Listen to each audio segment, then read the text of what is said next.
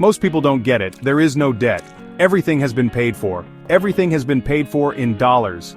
When the US government pays people Social Security, it pays in dollars. When the government pays the military, it pays in dollars. When the government pays for education, it pays in dollars. When the government pays for health and human services, it pays in dollars. Medicare pays in dollars, Medicaid pays in dollars. So the dollars are spent, and they go into bank accounts. People and firms receive those dollars that the government spends, and then those dollars are held in the form of treasuries, which are nothing more than dollars with a term, meaning a duration. This could be 2 years, 5 years, 10 years, along with an interest payment. The $36 trillion in so-called debt is just $36 trillion in dollars that the government has not taken back as taxes. People hold those dollars, and they prefer to hold them in the form of treasury securities because they earn interest on them. It's like a savings account. I just wanted to get that out there because people have been brainwashed and have a hard time understanding this.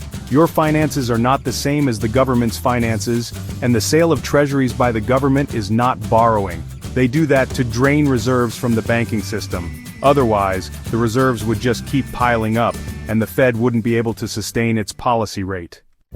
We've given the Fed this job of trying to regulate the economy, and the tool it uses, interest rate setting, is very ineffective.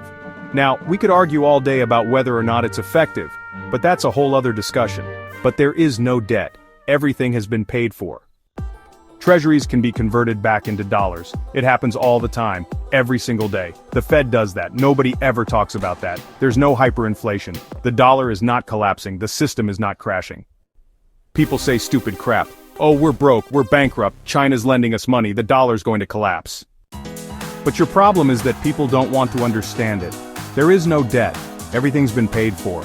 That 36 trillion so-called debt is our money, held in privately owned accounts. In order for us citizens to get dollars, those dollars have to be spent into the economy in the first place. So, when politicians say dumb things like we are going bankrupt or the US can't afford to pay its bills, just know that these people are clueless and don't have your best interest at heart. Without those dollars created and spent into the economy, there would be no taxes. How can someone pay taxes on the currency without receiving the currency in the first place? When it's broken down, it's almost the same as the game Monopoly. No one can play the game until they're issued the money first. If the government ever tried to pay down the imaginary debt, there would be a depression in this country like never before.